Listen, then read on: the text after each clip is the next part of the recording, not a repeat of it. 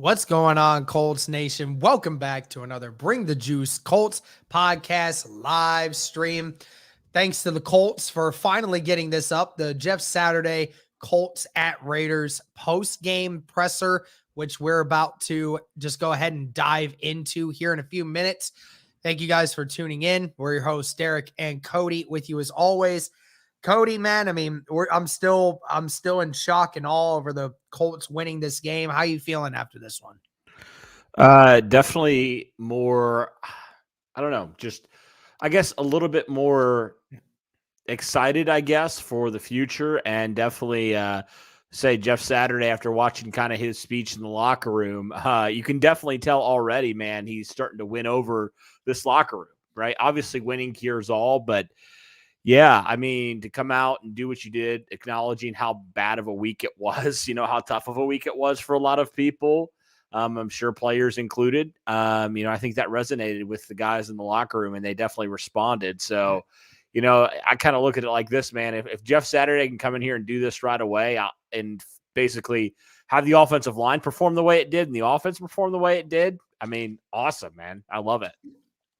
Yeah, 100%, man. So, yeah, guys, we're going to go ahead and just quickly react to this post-game presser from Jeff Saturday. Want to hear his thoughts after this game and see what he has to say. So let's go ahead and dive into it. Man, just an incredible win. I told the guys just at all three phases was just an incredible team effort. These guys have been through it. I told the staff, the coaches, the players, just the fortitude that they presented and the way they played today. They laid it all out there today, and I just could not be more appreciative of those guys and the way they played. You think about the last two plays. I mean, Bobby make a breakup, Gilly makes one.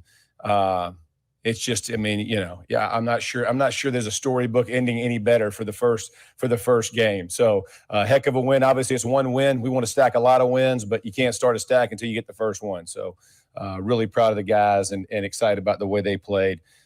So we'll go from there. Yeah, you made it clear during the week that you couldn't do this by yourself. Oh, can you kind of give us a sense of how it worked this week and just how everybody poured themselves into it? Yeah, no. So it'll be the same as last week. Once we met and we assigned roles, there won't be any changes. We're still down, two coaches from an offensive standpoint. So we'll all get in there together and grind the best we can. I thought they did an incredible job putting the plan together. I thought Parks did an excellent job organizing, making sure his thoughts, ideas, and then everybody contributed where they felt like we could take advantage, where they felt like we could make plays and explosive plays in particular.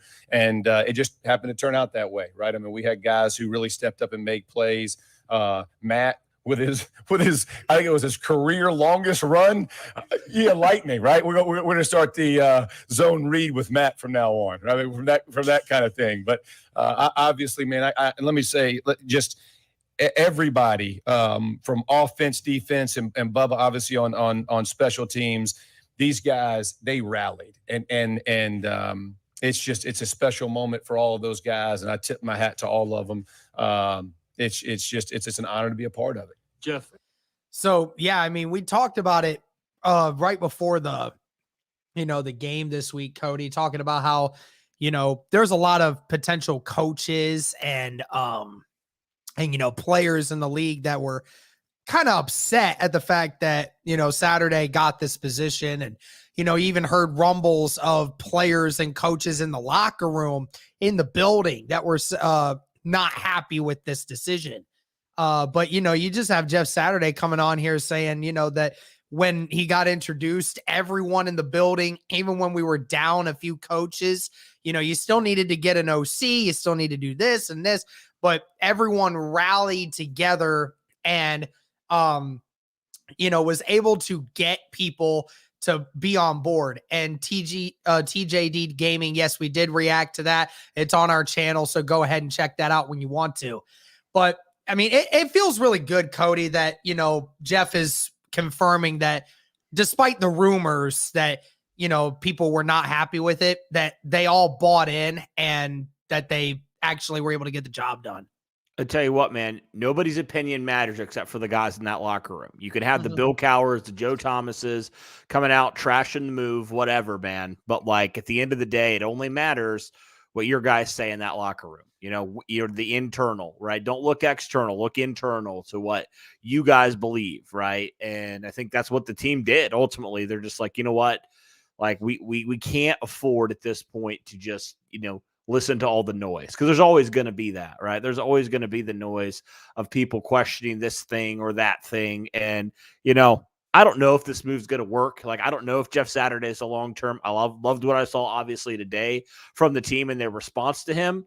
But I'll just say this, man, like this team played its heart out today. Like it Mhm. did. And that's the first time they've done that all year, and just that impact alone, man, is huge. Getting players to start to get back to their potential that we knew they had. Like, the guys like the Quentin Nelsons, the Ryan Kellys, the Braden Smiths, the, whoever, Jonathan Taylor. Like, you could the list goes on of guys that I thought really stepped up today in big ways. And so, obviously, it's still very early into Saturday's tenure here as the head coach, but win or lose, I just know now from what I saw and from everything that I've heard that this team's going to really play hard for Saturday, no matter win or loss. So I think that's the great thing is like, there's no expectations. Obviously the expectation is to win every week, but like with this team, man, it's just like, hey, like, let's be true to ourselves. You know what I mean? And let's play the brand of football we know that we're built for, and we know why we're here.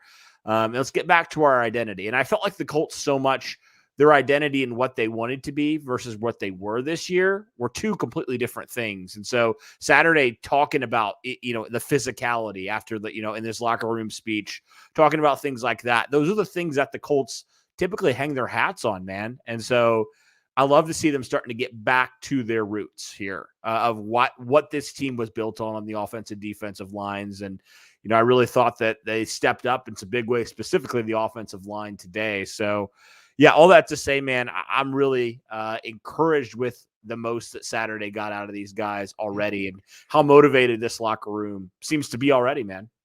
Yep, absolutely. Let's keep going. First off, congratulations on 1-0. Thank you. It had to be a heck of a week.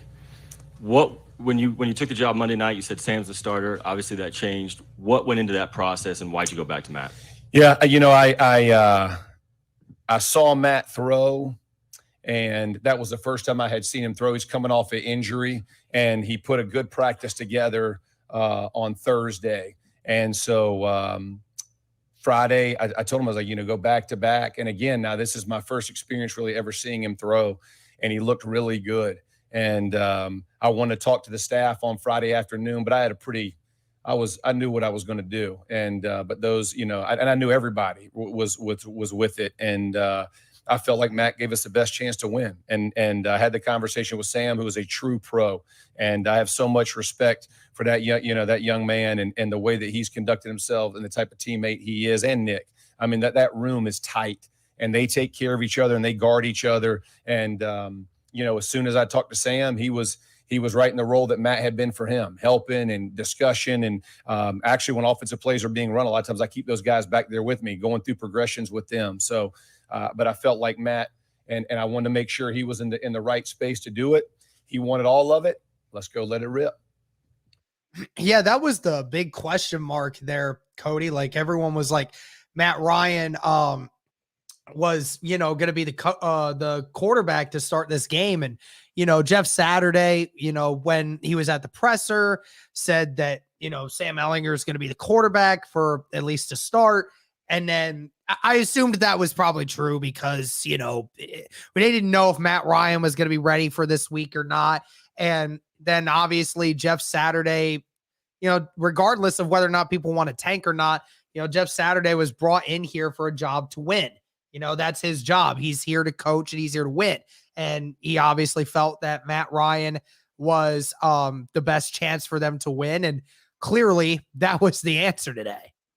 Yeah, it's interesting because a lot of people said that the benching of Matt Ryan was a Jim Irsay move, but like Jim Irsay had no say. Like he trusts Jeff to make that decision. So, is it so much a Jim Irsay move, I guess, as so many people would have you believe, right? Or was it more of a Frank Reich move? Because Jim Irsay had no problem in Matt Ryan being the starter today. Like, he didn't have any pushback, So it's kind of weird, isn't it? It's kind of strange. Did he just not trust Frank Reich's judgment that much? So if maybe Frank did want him and he's like, no, we're starting Sam.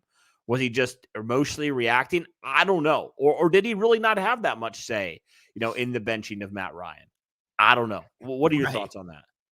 Yeah, it's interesting. It's something that I'm gonna have to try to break down a little bit more because that whole thing is weird because you and I immediately when we first saw that happen, right? What did we say? Right? That we thought it was a Jim Irsay decision, right? Right. And then Irsay and Ballard said no, it was really a Reich decision. Reich decided on this on his own, and we accepted what he was giving us, and we were going to move on from it. And then sure enough, Frank Reich is fired. And then as soon as Matt Ryan is ready to be healthy again, Matt Ryan's back in the mold, right? So I question, clearly if it was all on Irsay's doing, he wouldn't have allowed Jeff Saturday to make that move unless it was, that means either two things. It really was Frank's idea to say Sam's going to be the quarterback for the remainder of the season, doesn't matter, or it was an excuse for Irsay to find a way to get rid of Reich, one way or the other. But just a weird situation. It is a weird situation. It was a weird 2 weeks there. It's just like, what in the world is going on? Yeah, very true. Well, let's keep listening here.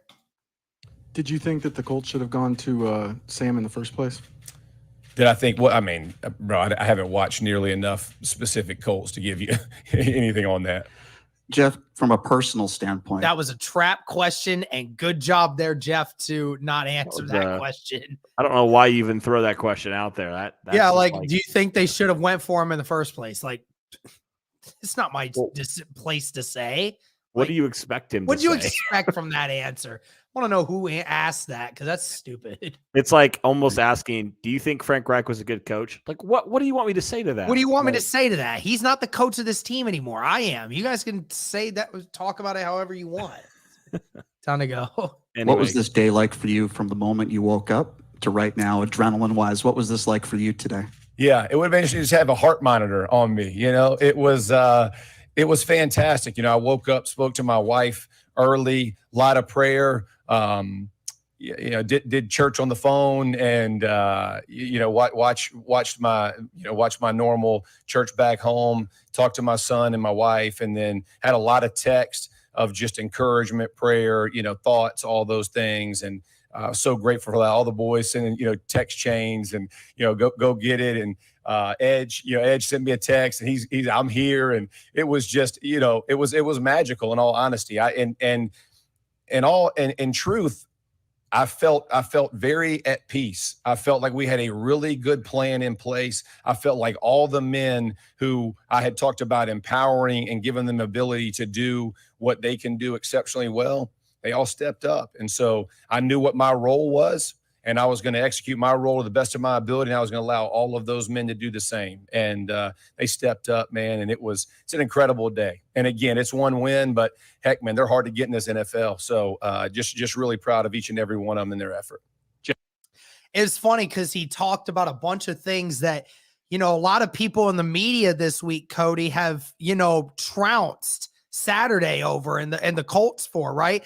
Talking about, not being able to talk or see your kids very often, right? That was what Joe Thomas said, right? He's talking about how, he had church and prayer over the phone with his wife, talking with his boys, talking about, go get it today. And, Edge was at the game today. So that was really freaking cool. That was awesome that, Edge got to experience that moment with Jeff.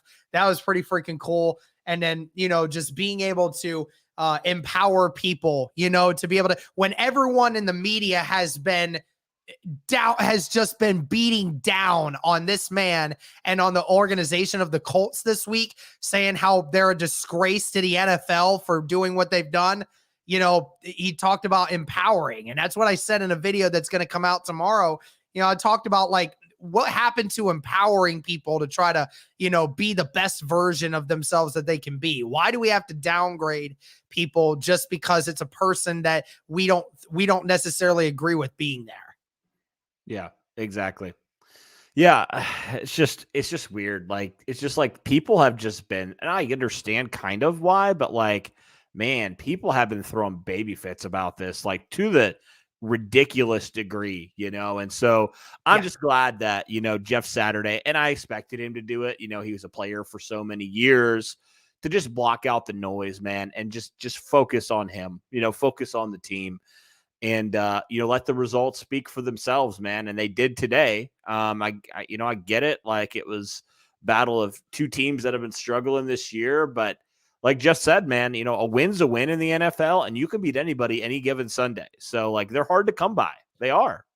Yep. Very, very true. I mean, people don't understand that, but I mean, teams have gone 0-16, 1-5. I mean, there's a team that goes, and only wins 3 games all year, every year, right? I mean, it happens every year. I mean, look at the Texans. They've only won 1 game so far through the first 10 weeks of the season. So again, it tells you like teams try. Some teams try and some teams try even harder, and sometimes it just doesn't work. Right. But we'll go ahead and keep going here.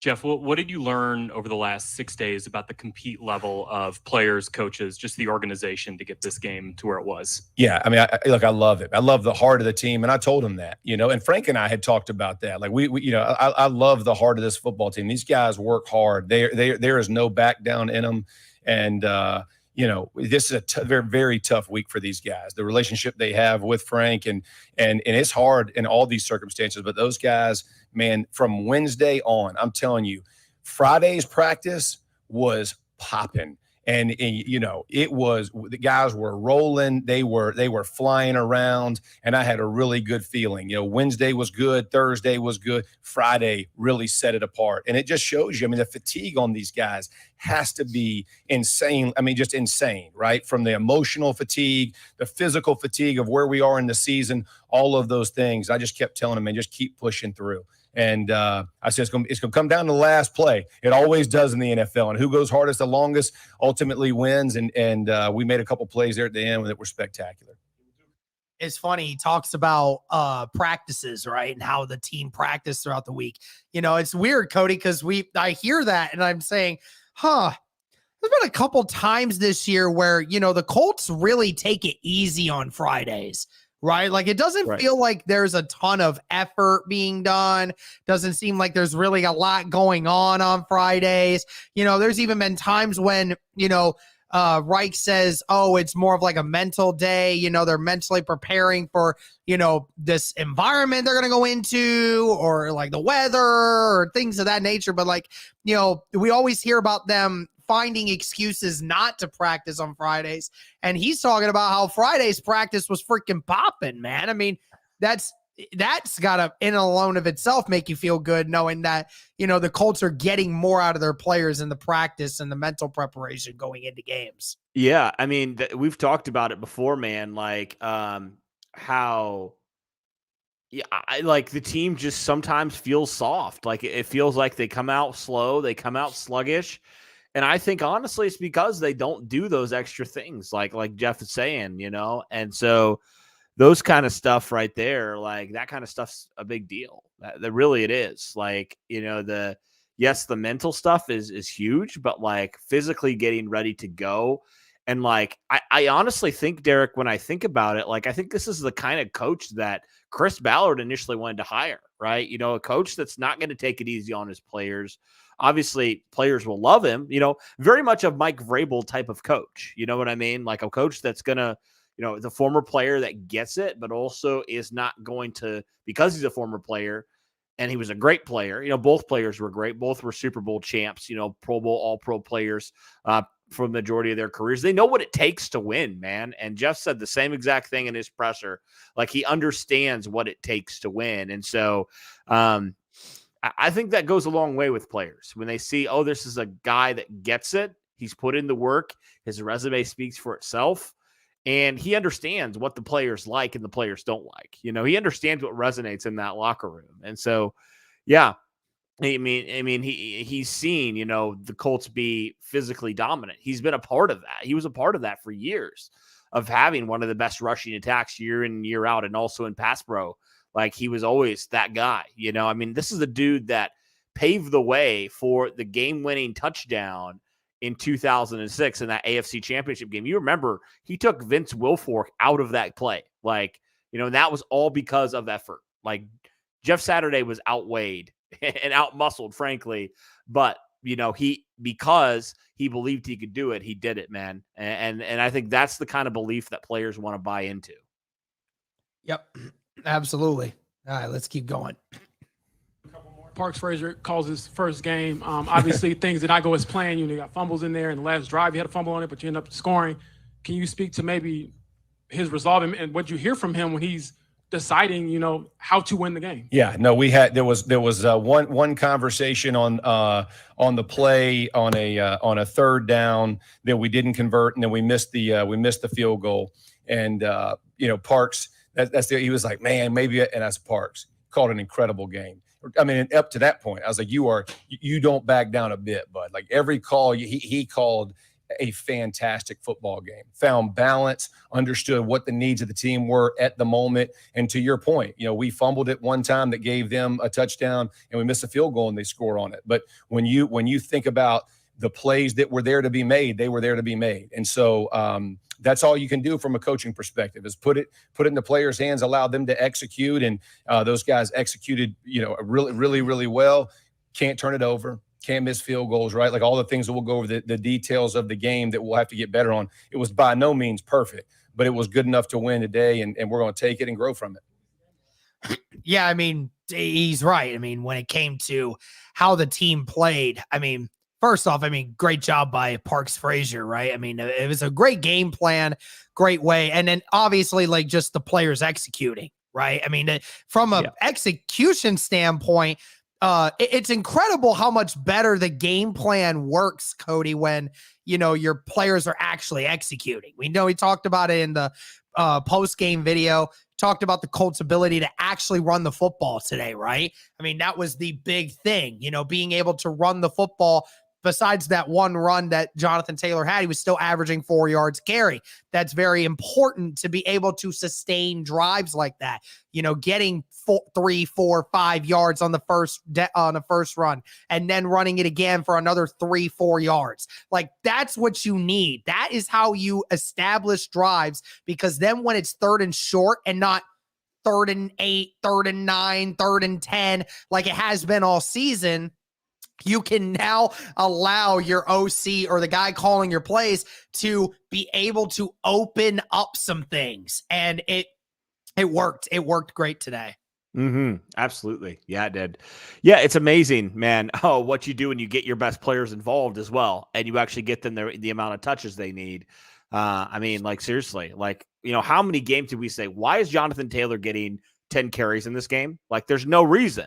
And so Parks Frazier, I want to give him credit.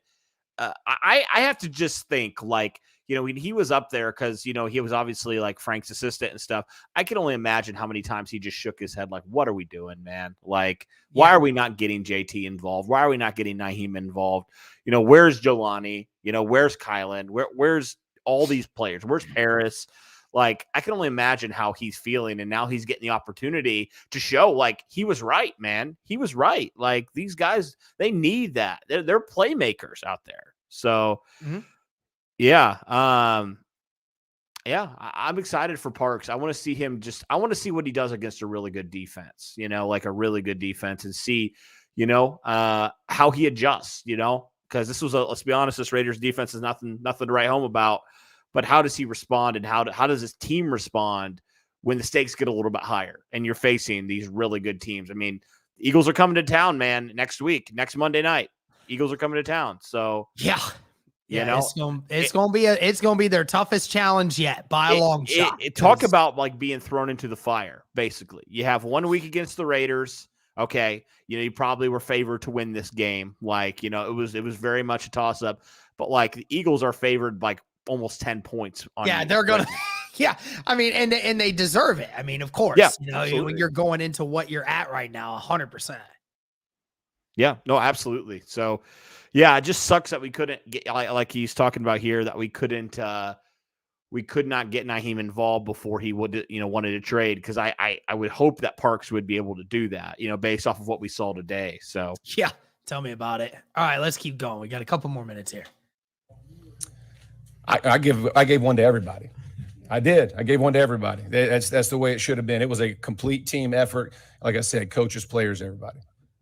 He was talking about game balls Yeah. for everyone. So that was what he was talking about from his from his locker room speech earlier.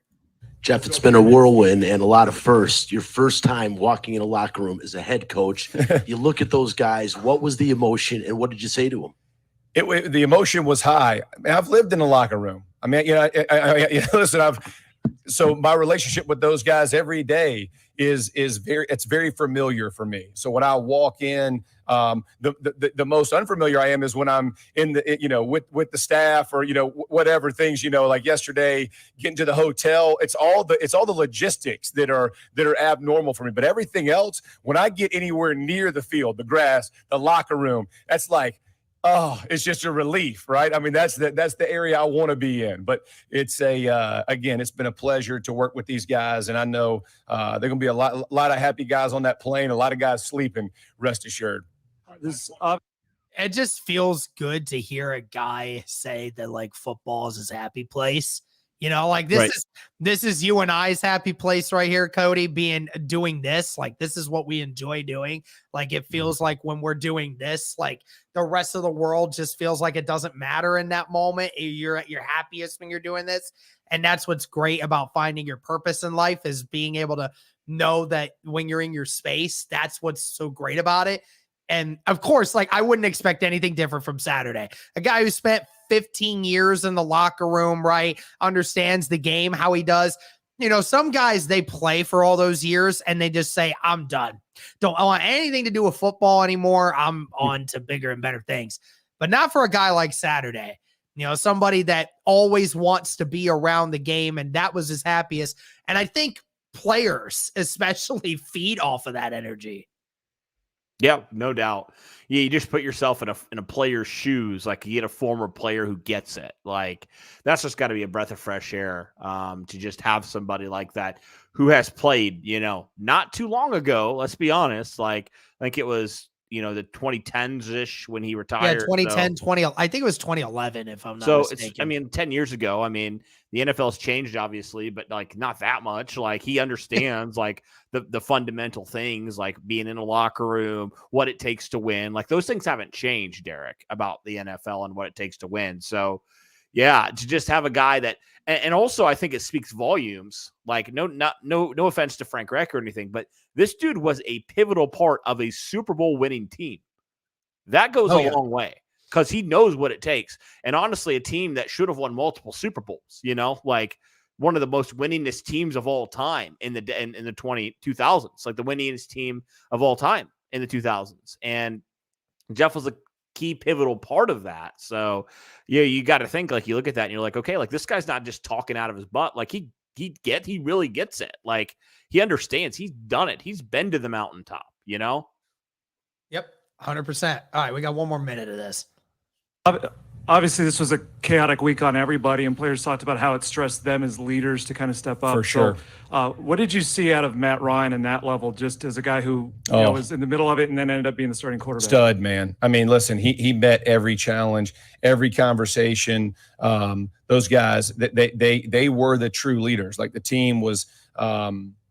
And I said this in my first meeting with those guys. This has to be a player-led football team. I played on player-led football teams. I understand the value of player-led football teams, and that's what this has to be. And I told those guys, take ownership.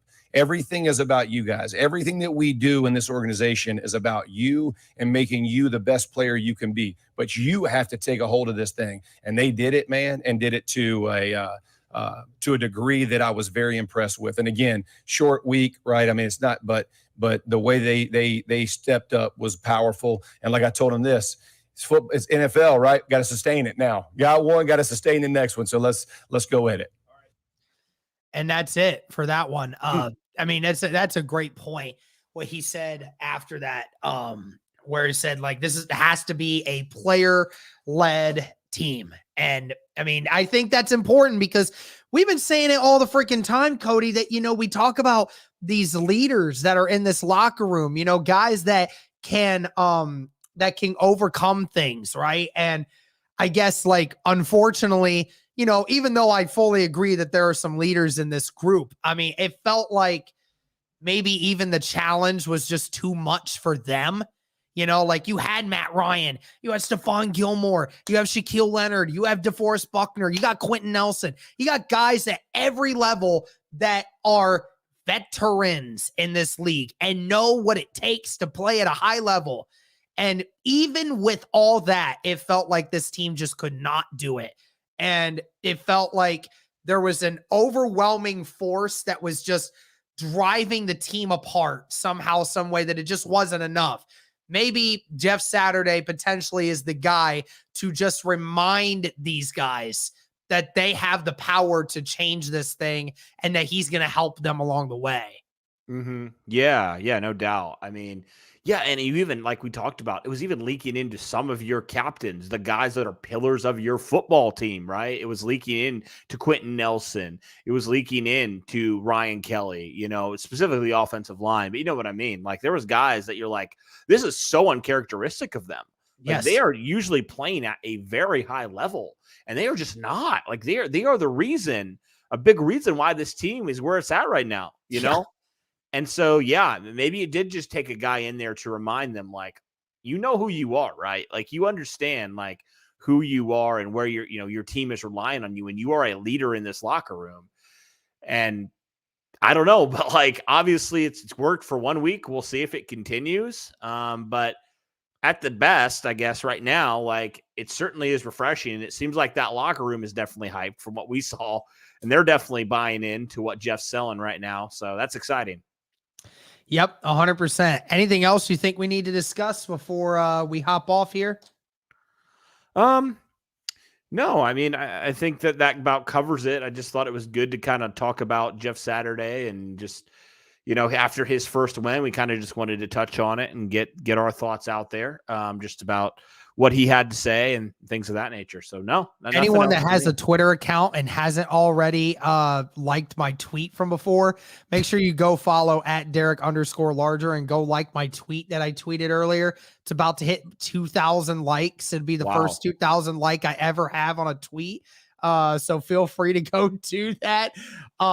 Seriously. And I mean, it's funny to say Cowher and Joe Thomas are insanely quiet right now.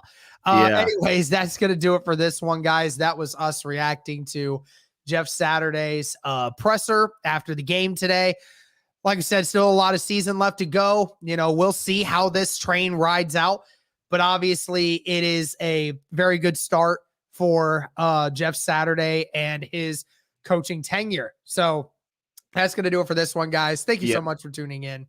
And as always, go Colts.